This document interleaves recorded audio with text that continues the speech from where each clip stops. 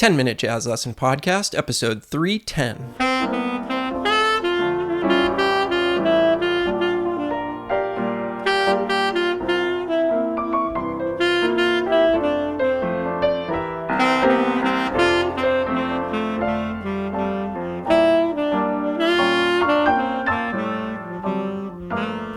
Hey everybody, welcome back to episode 310 of the 10-Minute Jazz Lesson Podcast. If you're brand new to the show, welcome in. We are so happy to have you here. And if you're a longtime listener of the show, thank you for joining us yet again.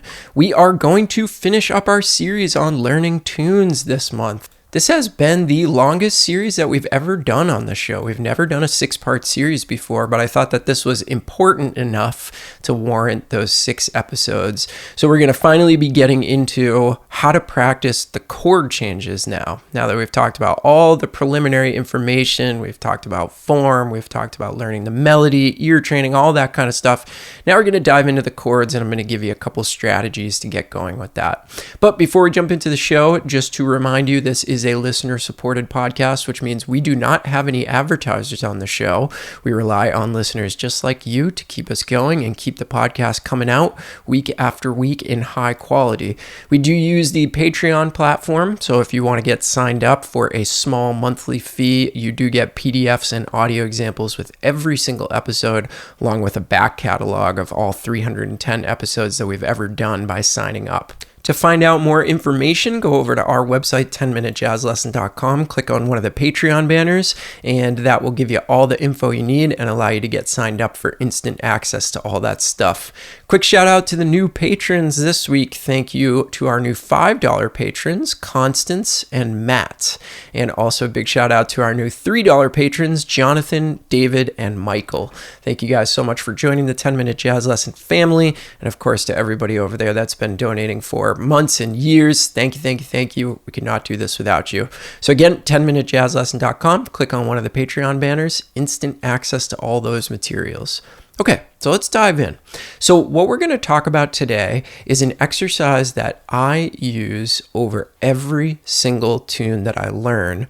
And this has become one of the most mainstay parts of my practice routine that I have literally been doing for over a decade. This is part of my daily routine because I'm always trying to learn tunes. There's always some kind of tune that I am working on in the background on top of all the other concepts and things that I'm trying to get better at.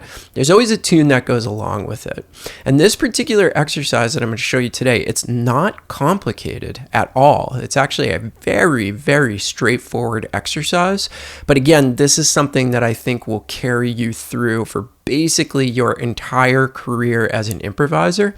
If you rely on these couple of exercises that I'm showing you, I really do think that you are going to be able to handle just about anything that is thrown at you, and you will also have a way to digest any chord changes that you see in any tune. You'll have a plan, and you'll have an angle of attack that you could start working on any of the stuff that comes your way, no matter how complicated or easy that chord progression is. All right. And again, like I said, these exercises are based off of a few very, very, very simple things. The first thing is you are going to play the chord scale up to the 9th and back down 3 times in a row in 8th notes or 16th notes. You can kind of take your pick. The second part of the exercise is that you're going to play the arpeggio from the root up to the 9th and back down, again, 3 times in a row in 8th notes or 16th notes. That's it. It's literally as simple as that. But if you start doing this with every single chord change in every single tune that you learn, you are going to develop the ability to feel comfortable playing over any chord change you will ever see.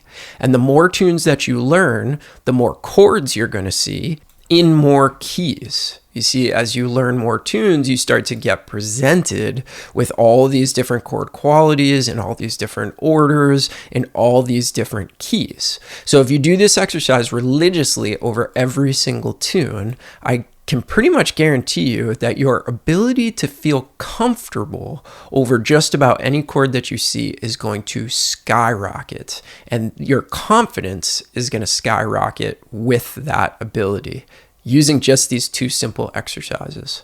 So let's check them out, and I will put them into action for you so that you can actually hear it. The tune that I've chosen to use for this episode is Cole Porter's I Love You, and that's for a couple of different reasons. First of all, there's not that many chords, but they're just complicated enough to give us some experience making subtle changes within the chords here. So what I've done is I've taken the first 8 measures, I've extracted every single chord change, and we're going to go through the exercise over each chord.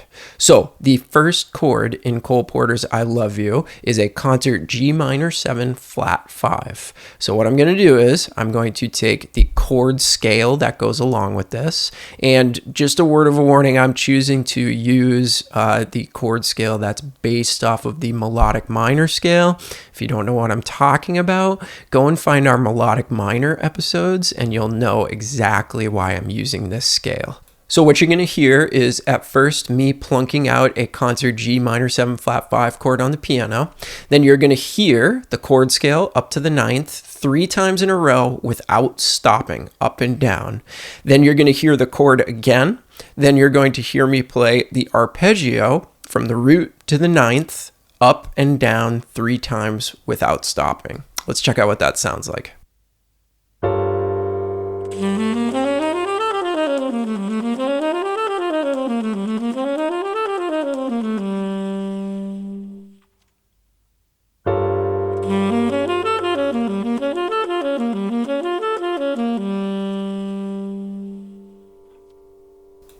So as I said, it's a very, very simple and straightforward exercise, but there's a couple of cool things about this, all right? First of all, you'll notice that I'm not doing it with a metronome. I'm actually not doing it metronomically. Allow yourself to be a little bit free with this. Really concentrate on the sound of that scale happening over the top of the chord, all right? Second thing is, why 3 times? Well, I think that 3 times is the sweet spot. If you can get through that scale without fumbling and bumbling 3 times in a row, same thing with the arpeggio, you can be fairly confident that you really, really know what's going on. Now, you don't have to play it as fast as I played it. That's not a requirement, but you do want to be able to get through it smoothly and without any kind of hesitation. Okay. And what you're doing with the exercise is you're covering both the horizontal aspect, which is playing the scale note by note by note, and then you're also covering the vertical aspect where you are stacking those thirds and playing that arpeggio up to the 9th. Okay, so let's move on to the second chord. So the second chord is a concert C7 flat 9. Now things are going to change a little bit here, right? Because we're going to use the diminished dominant scale, which we know is a succession of half steps followed by whole steps. We've talked about this scale a lot. Now I am going to have to adjust this because there's suddenly 8 notes in this scale, 8 individual notes instead of 7.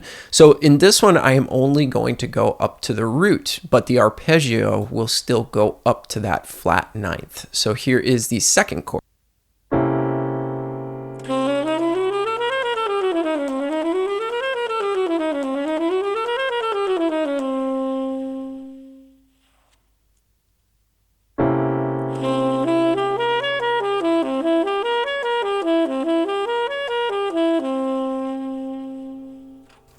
All right, now moving on to the third chord, we do the exact same thing. This is a concert F major 7. This is a pretty easy one. If you know your major scales, you should be fine on this. But again, it's going to be a major scale up to the 9th, back down 3 times, and a major 7 arpeggio, 1, 3, 5, 7, 9, and back down.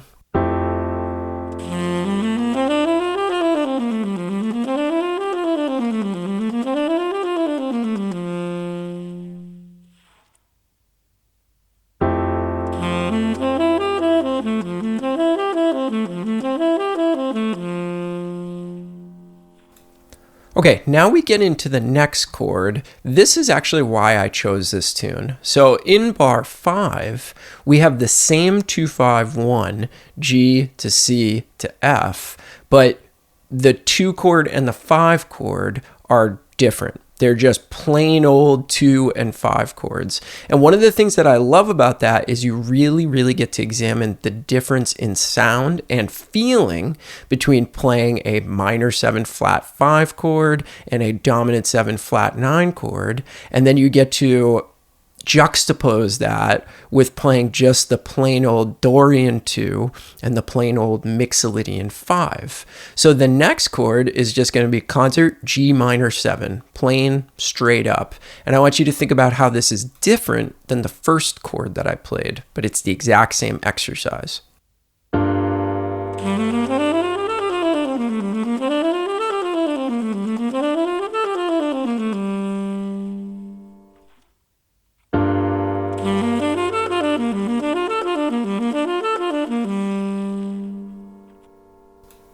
All right, now let's move on to the 5 chord, which now is just a plain old concert C7.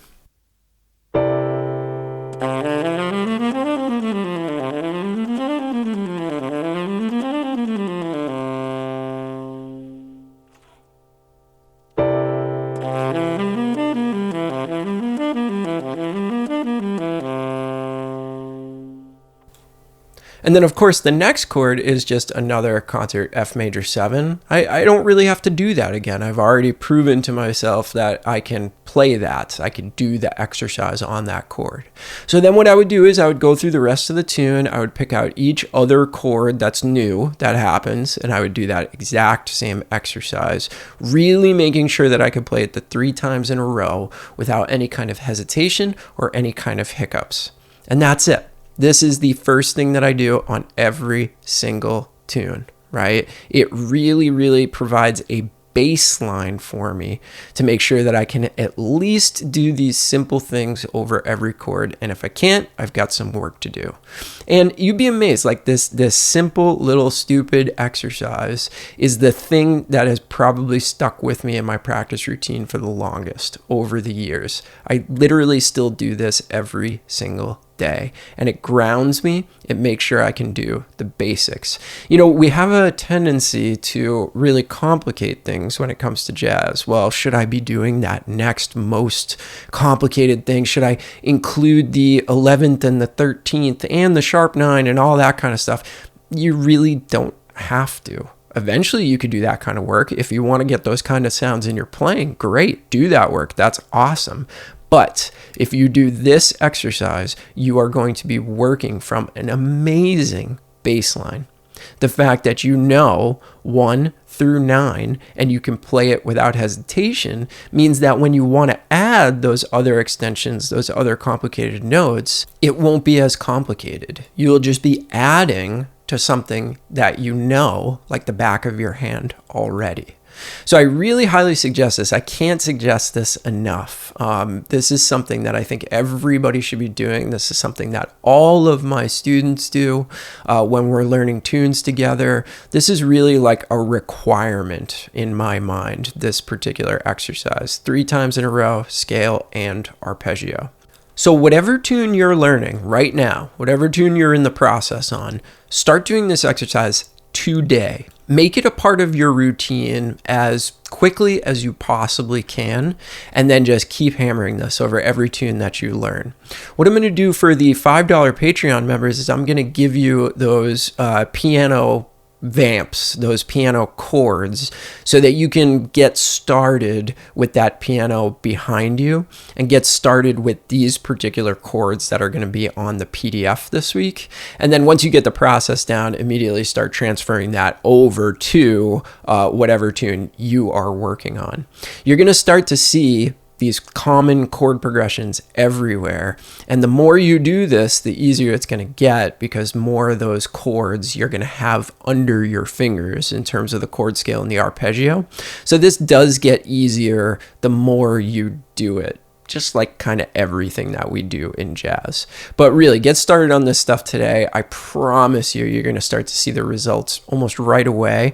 And you're going to not be as intimidated by certain chord symbols because you're going to really know them inside and out.